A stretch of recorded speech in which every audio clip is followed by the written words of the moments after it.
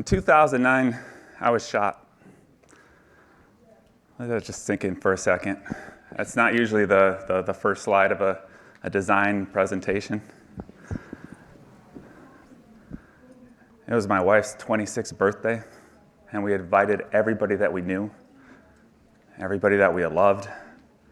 It was almost like a housewarming party, so we had people over that, basically all the people who would come to your funeral were at our house that day and got to see families and kids that we hadn't seen in years. And at the end of the night, when there was just us and another couple left, two masked men walked into the yard, and one of them put a gun to my wife's head.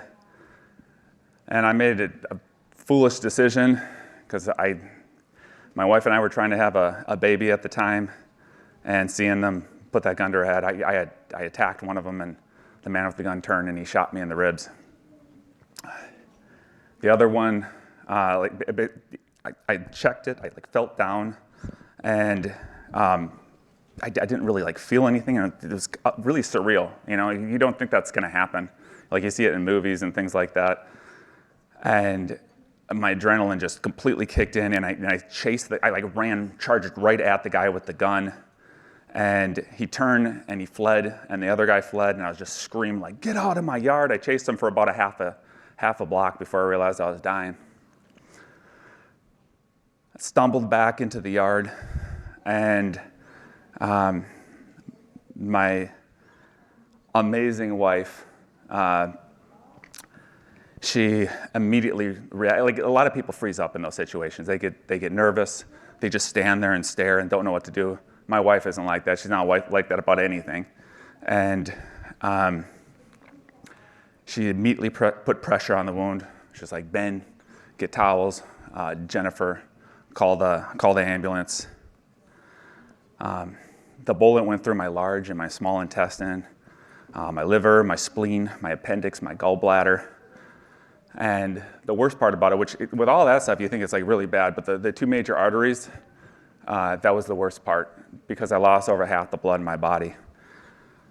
I was in the hospital for a couple days, getting stapled and stitched back together. Like when I say in the hospital, I mean I was in surgery for a couple of days with cut open nonstop while they're putting everything back together.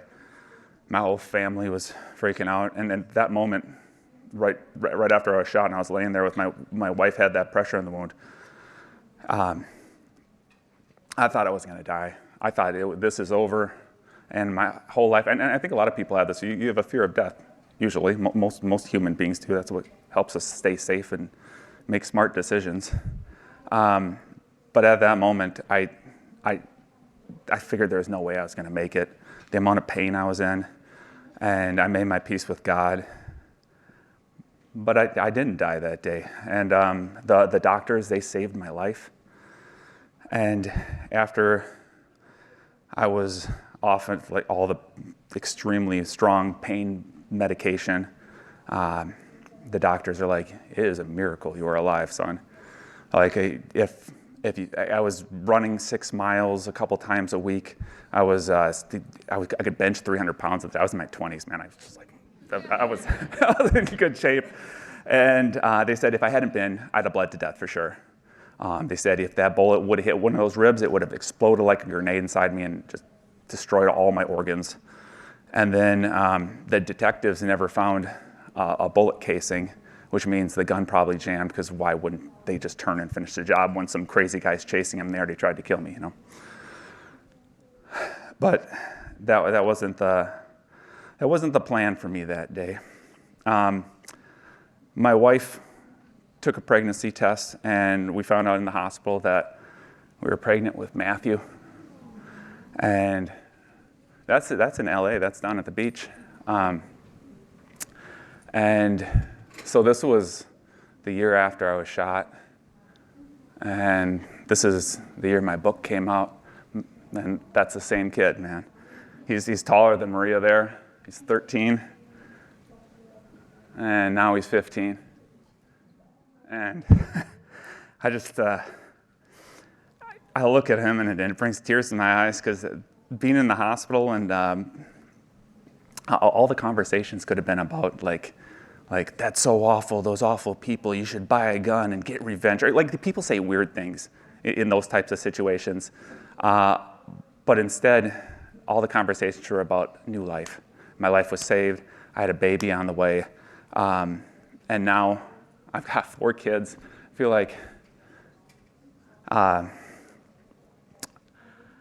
like God saved me to be here to help other people, you know, and to be here for my family and for my boys to raise them. And everything I do is for my family. And at that point, when I survived that, and I feel like every day is a blessing. I added bonus, another kind of a miracle, and I'm not so scared of man anymore. This was a pivot point in my life and my career. At the time, I was working for an ad agency, and I worked 65-hour weeks. That weekend, I was shot on a Saturday. I was supposed to come to work that Sunday and Monday, which was Labor Day. It's Labor Day weekend, and obviously, I didn't come into work because I was dying. But yeah, I feel like I was saved to be here for my family, to use my gifts to help others. So this talk that I'm giving today is about the lessons that I've learned and how my life has transformed since that moment. Because I was living my life as a feather in the wind, just like, you know, get the job, you know, like just kind of putting it out there and seeing like, oh, who will hire me? And just kind of doing whatever anybody else asked me to do and just doing my best that I could, but not really steering the ship and not taking control of my life.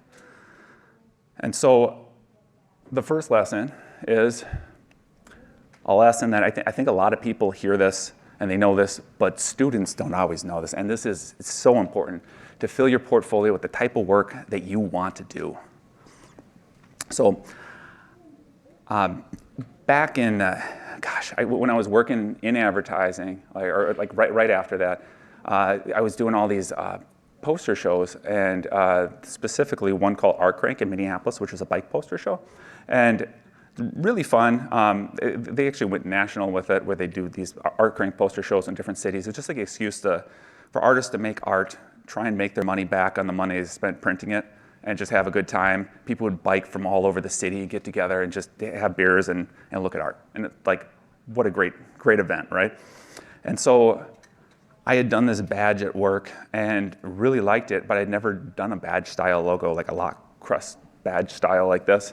And I was like, oh, that's so fun. And then afterwards, and like it won awards and stuff, but I never got any opportunities to do any more like that. So I was like, I'm just gonna make a poster with a bunch of badges on it. So I made this one, it was 12 badges with an overprinted badge over the top. It's all these bike gangs. And so I did a Minneapolis one. I live in the Twin Cities, so you got Minneapolis and St. Paul. So I made a St. Paul one, then after that, the next year. So all of a sudden, my portfolio, I went from having one badge in my portfolio to having, what is that? Like I do the math here. I think I have it written down here. 26. Plus the other one that I'd done, 27 badges. And you want to know what happened? Nike hit me up. I got to do a bunch of badges for motocross t-shirts, which was a really fun project. Esquire hit me up. I got to do all of these badges and crests inspired by old antique store finds and stuff like that, with all custom typography that wraps in the shapes. That's all hand done, not using warp effects or anything, like, so that everything looks perfect. And just so fun, and it's fun doing it for like these big clients. And kind of, that was like the moment I realized, I was like, oh, I can really control the type of work that's coming in the door, rather than my portfolio just reflecting the places I'd worked. So at my first job out of school, my wife, she was going to school for interior design at the time. She'd come hang out with me, and I would work late just for fun at the time, because when you're right out of school, most people, I mean, there's a few people that are just amazing, like gifted, talented. I was pretty bad. I was good enough to get a job, but I feel like you kind of got to spend your career and your life learning and just nonstop being like learning new things and getting better. So I would stay until like 2 a.m, not even on projects, just like making stuff up. I mean, I still do it. I make all my fixed reels and I'm making stuff just for the fun of it, just because I like drawing. But anyhow, she'd come hang out with me, and she'd do all her homework there at night, and we talk about our hopes and goals and dreams. And we both had the dream to one day have our own design firm. And so fast forward,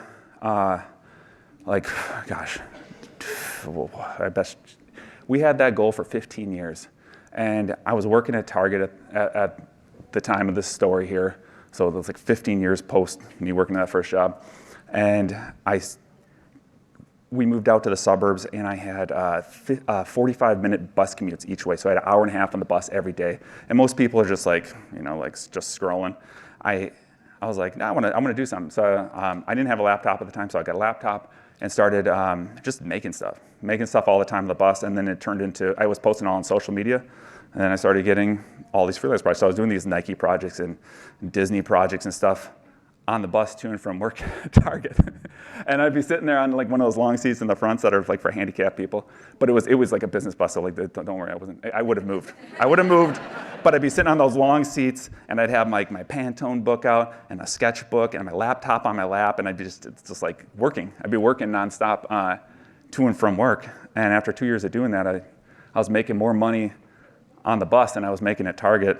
And it was time for Maria and I to start our own agency. It looks there like my name is Peter. It's Peters Design Company, but no apostrophe. It's like it's legitimately like has the S in there. That picture, I was like, after we took it, I was like, oh, that's such a good picture. And then I stared at it for a while. I'm like, well, I leave it in there. So that was when we started the company. That was exactly 10 years ago. This next month. Like it has been a decade of running Peters Design Company, and it's been awesome. Next lesson, use your gifts to help others. When I was taking that bus to and from work at Target, I'd go by this water tower every day. We'd moved down to the city of Eagan, which is a suburb of the Twin Cities, and this was their lovely logo at the time. And here, I'm gonna go to the next slide. Down there on the left, that was the font, and then for wayfinding purposes, the state made them use Arial for the water towers. No offense if you designed Arial and you're in here or you're listening to this.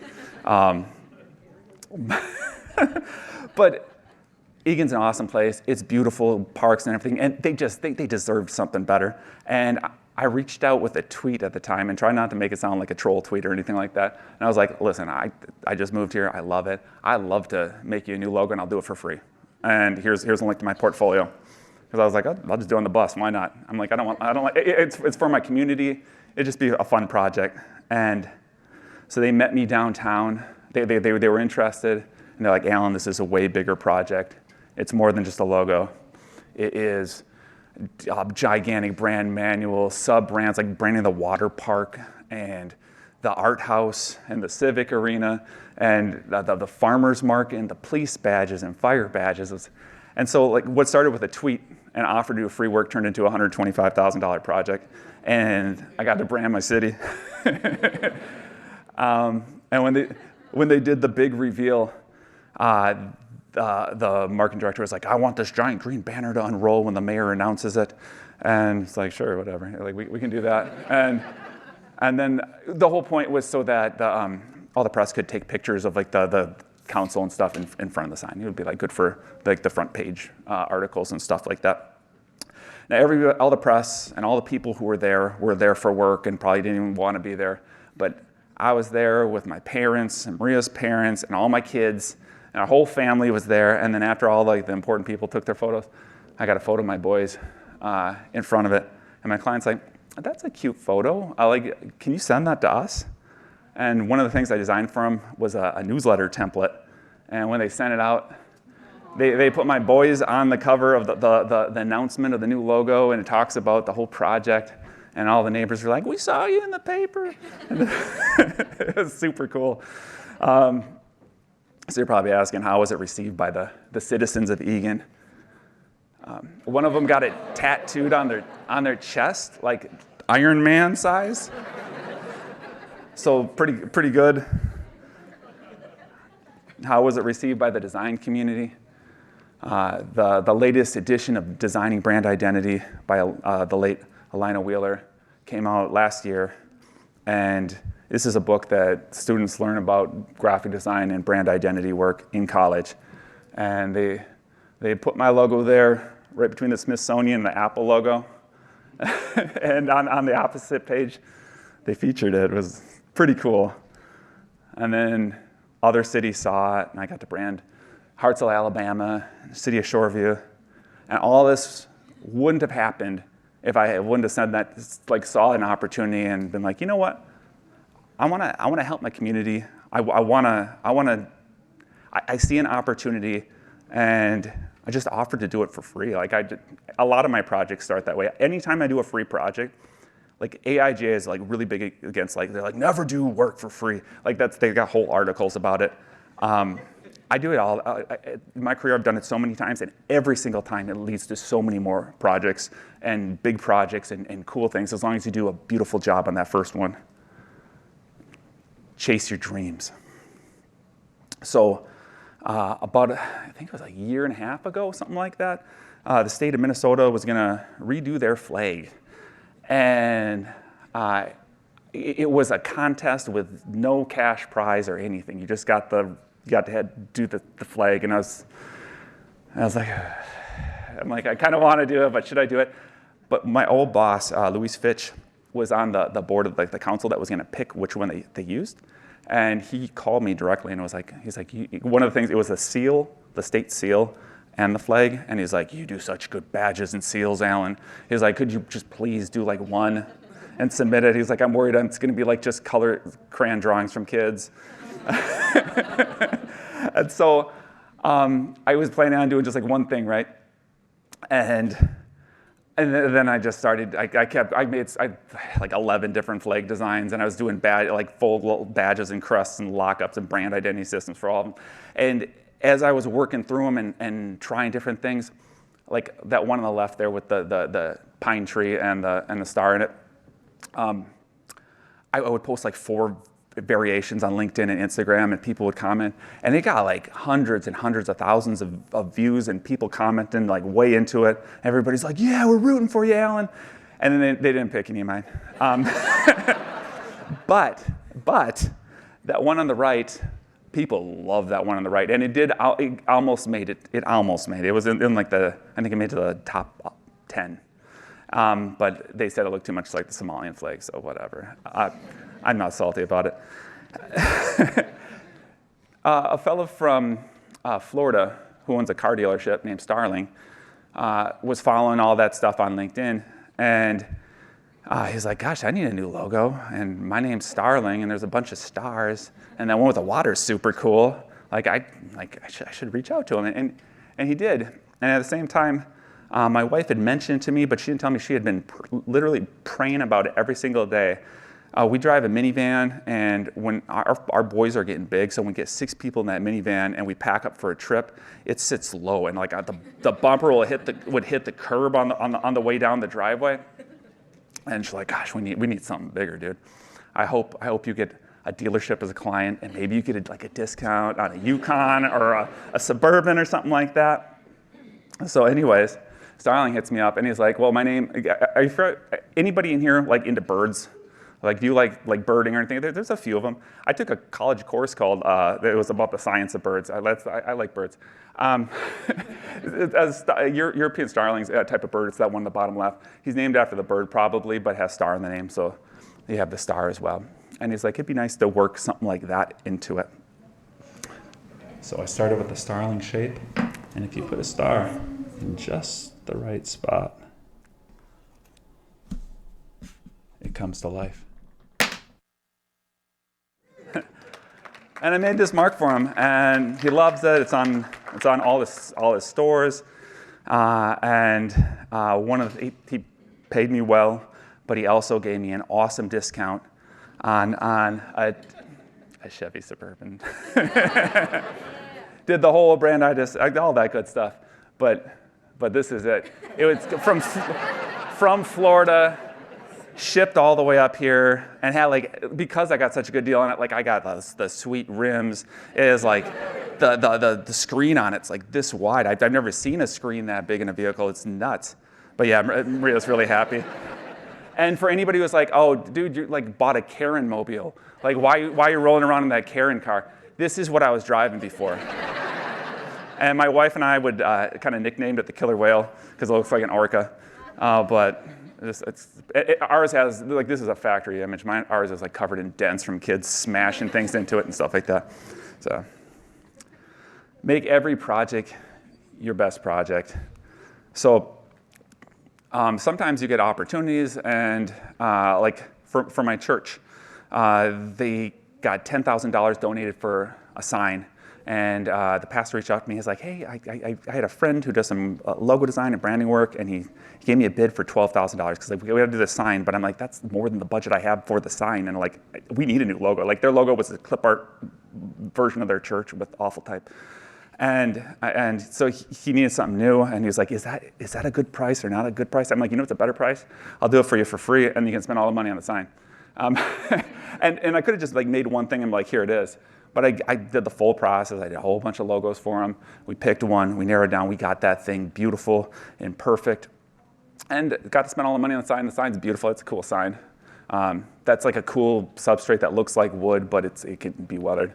I don't know. I nerd out on that stuff. But I also did, like over the years, I've done a lot of pro bono projects for my church.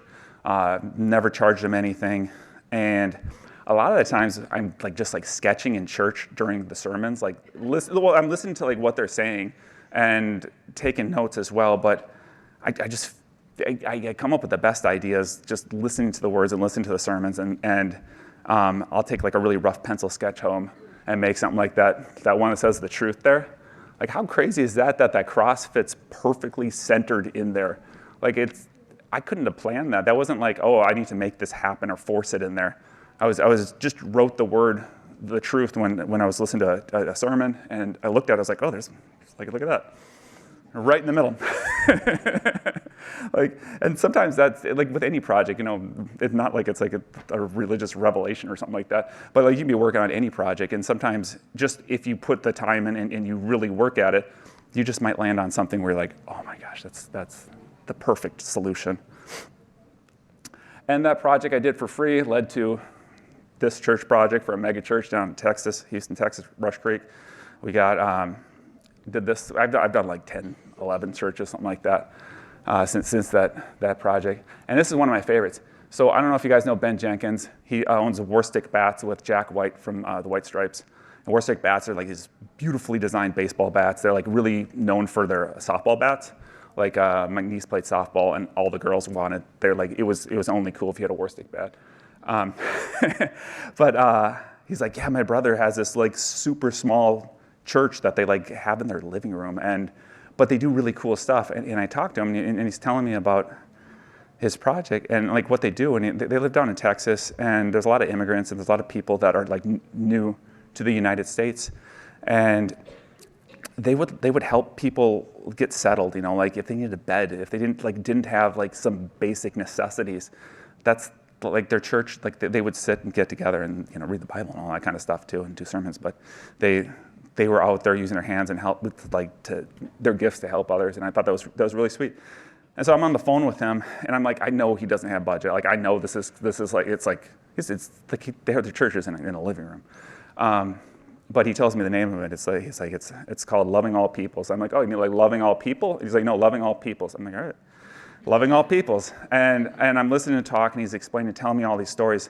And like the first most basic solution in my head was like, oh, it was a loving and a heart, and what are the initials? And I was like, oh, look at that. Like it all came together. I'm like, you could just rotate the heart and make the initials. That's one of the coolest logos I've ever made.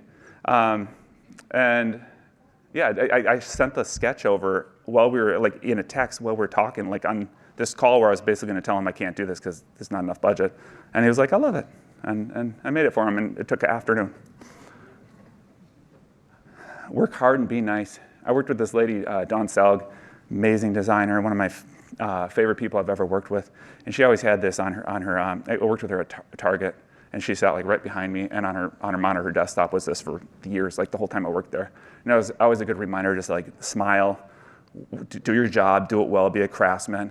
And when you get like that hard revision or they say something that like frustrates you, just smile and like really trying to find the actual issue or the actual problem. But I try to do that with all my clients, and like try and make it, with any revision, try and make it better. Like look at it as an opportunity. My buddy, Josh,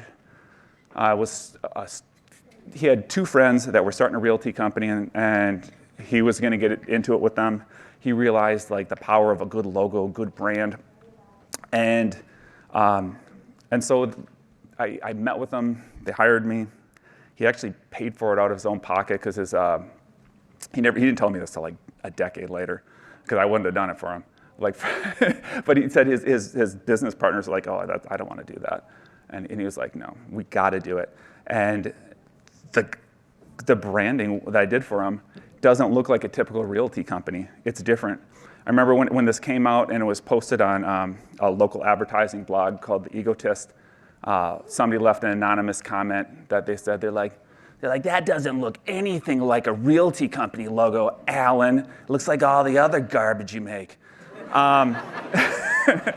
But the thing about it is, I intentionally was trying to like pick colors that were different than their competitors, pick fonts that were different, make it feel different. Like even the sign looks different, you know. I tried to make it stand out, and I think they got like 60 employees now. They have like a giant, beautiful space. They actually invited me back to do my when my book launched, to do a book signing there and a presentation. It was really cool. They're a cool company, and here's Josh looking super happy, and he liked working with me. We had a good experience. I worked really hard on it, and he ended up leaving WITS after a few years and started another realty company called Rise, and he hit me up again, and I got to do awesome work for that. And in a similar situation, I got hit up from a company called Featherston Media. They're shortening their name to FM, which is really nice. You know, like that's a nice short name. And they bought FM.net, and they're like, we want a simplified, beautiful logo that's can be more compact, and created this mark for them that's really nice because it is just like a couple of simple lines, and it says FM, so you don't need to have words next to it or nothing. It's like the whole thing. Like when it got approved, it was like, what color do you want? Like here's your like one logo file. I'm like, well, obviously like CMYK, RGB and stuff like that. But usually I'm like, here's the badge, here's the vertical, here's the horizontal, here's the icon, here's the secondary icon. You know, like there's like so many pieces and elements. But this is just about that simple brand mark, taking the geometry and blowing it out, and it was really fun. I got to do some great work for them. They loved it so much they hired me again to create this data center branding for them. It's really nice. Kind of matches, has like a little bit more horizontal brand marks, so they sit nicely together. And last time I talked to them, they said they're making giant hedges out of them in their new headquarters, which I got to see the hedge logos.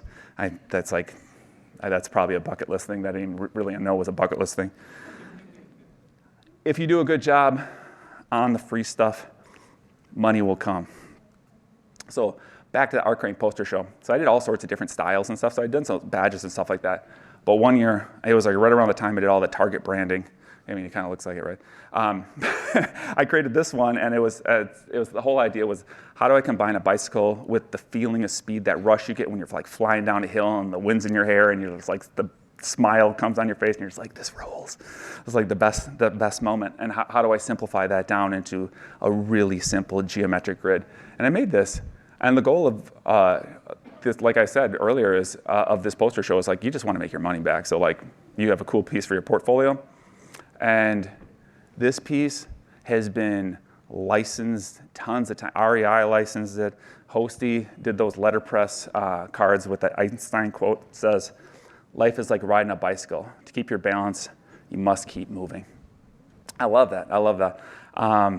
And a project that I was hoping to make my money back on, I think I made about $50,000 off this poster over the years. It's just kind of nuts. But yeah, just put in the work hard, and like the money will come. So I'm gonna talk about my process now.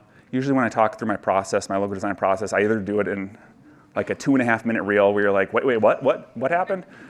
Or I do a workshop where I talk through it and it takes me like 45 minutes. So I was like, I'm not gonna ramble up here. I did it in video form, and here it is in about 7, 8, 9 minutes version. Here's how I create an original and memorable logo design. This is my logo design process for De Coco chocolate. Now their logo had a few issues. It was hard to read, overly complex, it doesn't reduce down well, and it's just not that memorable. My first step is to create a brand noun list. I do this with my client.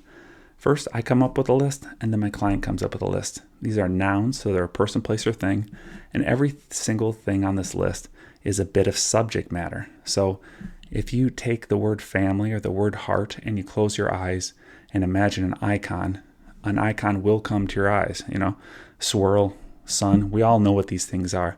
Now there's nothing on here that's an adjective, there's no words that are verbs, there's nothing like trust or super cool or trendy. These are words that are going to be building blocks. They're the subject matter of what this brand mark's going to be. And then my next step is when I start combining these together. So this is when I do 50 to 100 rough sketches. And let me tell you, these things are rough. Now you might ask, Alan, why make such rough sketches? Don't you want to work through everything? No. I want to get through as many ideas as quick as possible so that I'm not stuck on one. The problem is that early in people's design careers, especially students, they will come up with one idea, they'll think it's the best idea, and then they'll take it directly to the computer and start iterating and iterating and iterating. And they'll be like, look, I made 50 logos, but they all are based off one idea. By taking sketches and just moving on to the next and moving on to the next, you don't get stuck on one idea. And with the brand noun list on the side of each of these, if I get stuck and I'm like, oh, I don't know what to do next. Well, what is a basket combined with hands? What is a swirl combined with the sun? I can quickly look at my brand noun list and then start combining these things together to make something new and fresh and innovative, something trademarkable. That's what we're looking for. My next step is to take the top 15 that I like the best, and then I photograph them and I put them on the computer and I make black and white vectors with them. Now you can see really quickly how much they develop from here to here. But even so, when I'm presenting this first round of 15 brand marks to my client, I let them know these are sketches, these are rough ideas still. They might look like finished logos, but what we're looking for in this first round when I present them is for them to pick 3 ideas that they think have potential. And then we can take those and refine them and revise them to get them exactly where they need to be to make them really sing.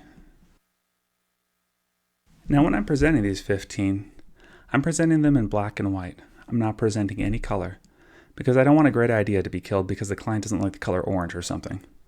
Also, I'm presenting them without typography so they don't get hung up on the typography. There's no mock-ups, there's no smoke and mirrors. I want the idea to be what they like. And if they don't like the idea, no amount of mock-ups and color are going to cover up the fact that it's just not a very good logo or it's not right for them. I then take the 3 that the client likes the best and I develop them out. I will have the color, the typography, how it works as a brand family. I'll do a couple of brand patterns. And then one of my favorite things I do is I'll mock up the logo on a hat. And I think this is really important because by mocking it up on a hat, they can imagine themselves wearing it. And would they feel comfortable in it? Would you wear it? I think that's a key thing when it comes to picking a logo. Because you can have the cleverest, trendiest logo that might perform really well on Instagram, but it's like a funny joke. Once you hear it once, it's not as funny the second time. And you want a logo to be something that's going to feel good for 50 years, if not longer. The final mark that the client picked combines 6 cocoa pods and the star of life. When you put them together, it creates a flower shape. If you place a spark or a star right in the center, it all comes to life.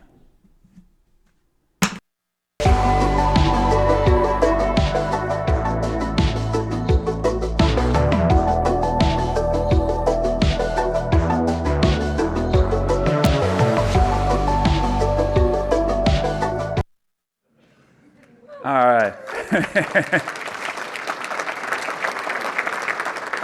Thank you. Anytime I share my process online, I'll get 5 to 10 comments. People are like, your clients can't handle 15 directions, Alan. You're so dumb. They'll get decision anxiety. First of all, I never send over just a PDF and like, here, just pick one, because they wouldn't be able to handle that. You always gotta, if you can, talk to the person who can actually make the decision. That's always the key thing. And then second, always present your work. And if you can't meet with the person, make a video and do it that way so that when they're sharing it, you're not leaving the presentation of your thoughts and your ideas up to your client. It can be the difference between a good and a bad logo. And the clients feel more involved when they're seeing more of this. They have a lot better chance of picking something that they absolutely love, and that means less revisions. And when you're making something as simple as a brand mark, the three things I'm looking for is simplicity, uniqueness, and memorability. And when I'm talking simple, I'm talking like the Mitsubishi logo is so simple, right? It's just equilateral triangle made out of equilateral triangles with for 3 equilateral triangles knocked out, so it makes this perfectly shaped diamond. And if you just condensed it slightly, 10%, it'd ruin it. It would and it doesn't take much to ruin something when it's so simple and pure. And you want that pure essence. So like, it's more than just logo design, especially because it has to be pure. You got to be a salesman. You got to sell that work good. That's half the battle, if not more than that. You got to be able to bring them in so they can get, a lot of clients want to put their fingerprint on something so they feel like they did something. And if you only bring them in at the last stage, they're going to do that by revising it, right? And probably messing it all up.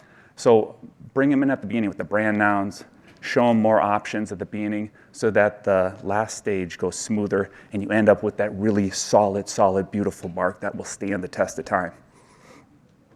I made all these logos using this process. I've been using this process for a decade now. I love it. The only thing that I tried one new thing the other day, which was really fun, with the brand noun process, because I had a client where they just kept giving me adjectives because they weren't understanding how to do it. And so what I did is I found images for all of them. And so instead of talking about words, we just looked at icons. Like I made icons. Like if it said star, I'd put like 5-pointed stars, 6-pointed stars, stars done in like different ways. And I just made a whole page of like icons that I was going to combine. And then like, here's my building blocks visually. Like there's no way you can mistake what I'm talking about here. And it worked really good. And we ended up with a really beautiful setup, and the project's going great. And I have a feeling it would have been one of those where it might have got dead in the water. And this is like a big brand, so I'm not meeting with the final person. So it's nice to have that connection, and like, even though it's extra work up front, it's gonna save the project later on. Just ask, even when it seems scary. And so one of the other hopes and dreams back when I had my first job right out of school, and Maria and I were sitting there and she was on the couch and I was working till 2 in the morning just because I was trying to get good, was I always wanted to write a book. I'd read Paul Rand's book by Stephen Heller that year, and I was like, wow, that like would be such a career milestone, have all your work and from beginning to end, like an entire career, especially that one. That one, it's like his tombstone design is in there for his, like when he died, like it is his whole story. Mine isn't quite that. But I wanted to do it, and I never thought I was good enough. But then finally I was like, yeah, after 20 years, and I was like, I just want to do it. And Maria was like, you should put it out there. Like, put it out in the universe, see what happens. Like, hey, you never know. And before Reels, they had IGTV. I don't know if anybody remember IGTV. That you could have them be like half an hour long. And I don't know who's watching a single video for half an hour on Instagram, but my publisher was. And in like after like 25 minutes in this video, I was like, I'm reviewing these books and doing all this stuff as research because I want to write my own book. And Rockport contacted me, and they're like, let's do it. Let's write a book, dude. And I made this guy. And I just made it because I always wanted to write a book. And I'm an okay writer, but I have a lot to say, but like my wife is an amazing writer. And it's funny because I wrote the whole book, and my dad read through it, and he's like, yeah, that's fine, Alan. Like he was trying to be nice and everything.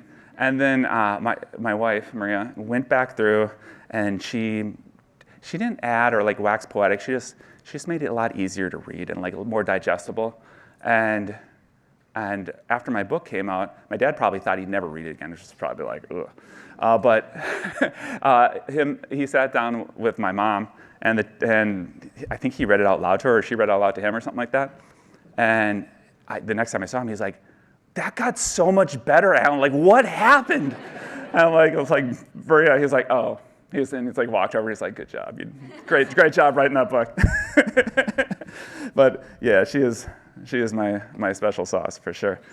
It is currently the best-selling logo design book in the world and has been for almost 2 years now.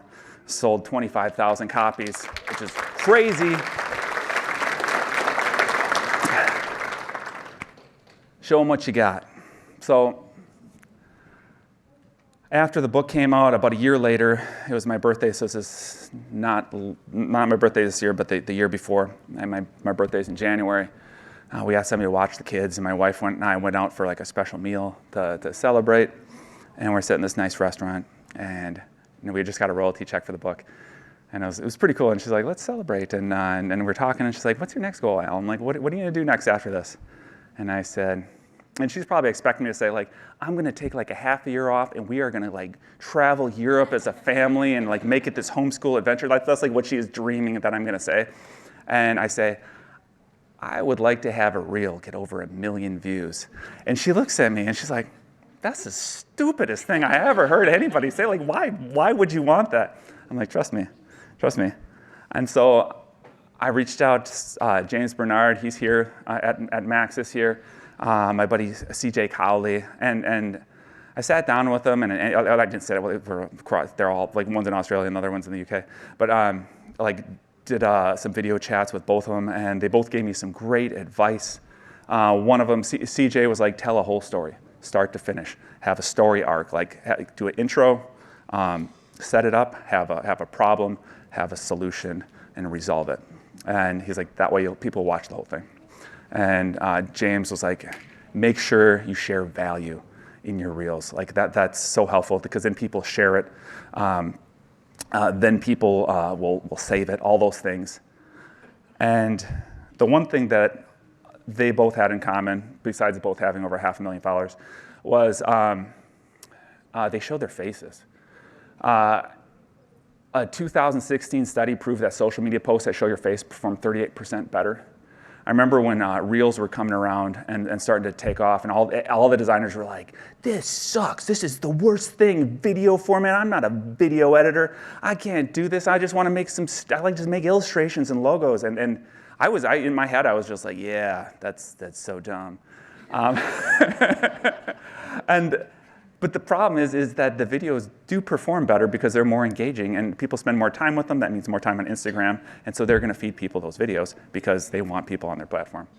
And also, the reason they perform so much better with faces is humans crave humanity. They want to connect with other humans. You know, it's nice to have somebody looking back at you. There's a reason why somebody like CJ or James Bernard has more followers on LinkedIn and on Instagram and all that than probably most ad agencies and design agencies in the entire world that just show their logos that are just like these corporate beings, right? There's nobody behind it. There's no face. There's no connection, right? And they see somebody like CJ and they're like, "Yeah, I want to work with that guy. He seems cool," you know. And I feel like I've got to know him over the years.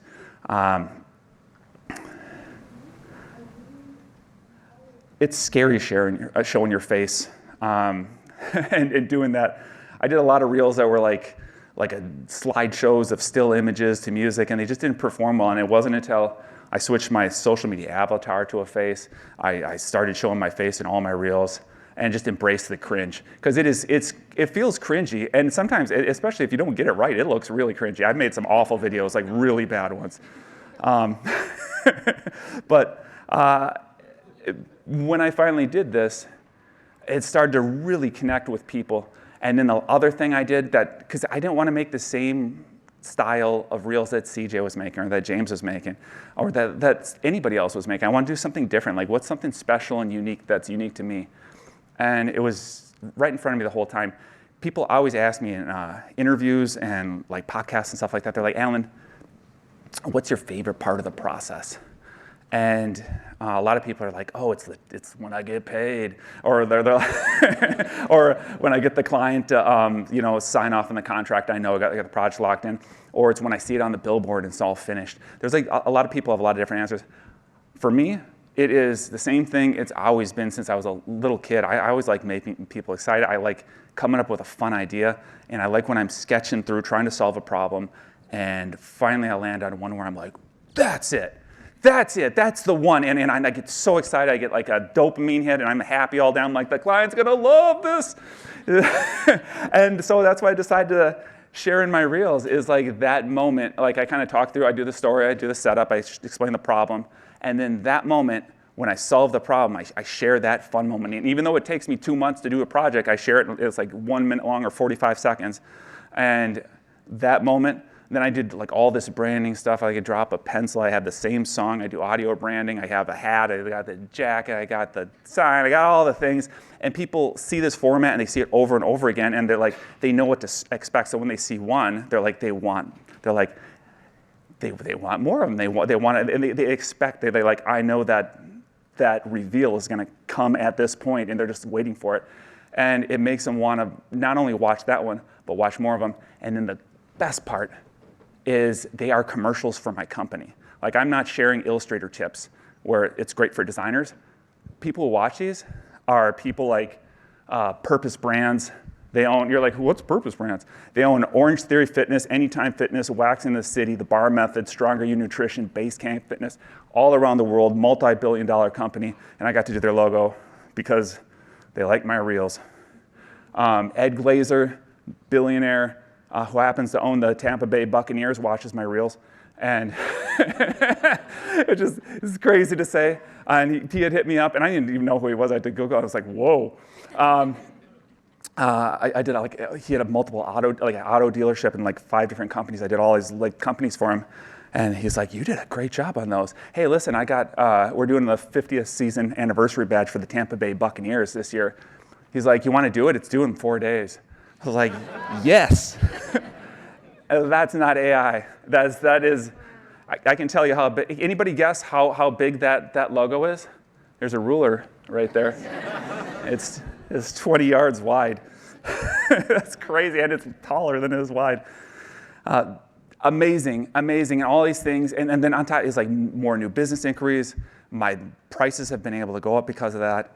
And my wife actually said, you were right. And then she never say anybody. Your wife probably doesn't say that to you very much. Mine definitely doesn't say that very much to me. And so I was like, oh, I did it. So after all these lessons, all these different things that I've learned about not being scared of showing my face, not being afraid to get up on a stage, not being afraid to reach out to a client that I've never met before and just offer my services, not afraid to push back with revisions, all of that. The most important lesson I've learned is to not let fear be your master, to take risks, and to chase your dreams.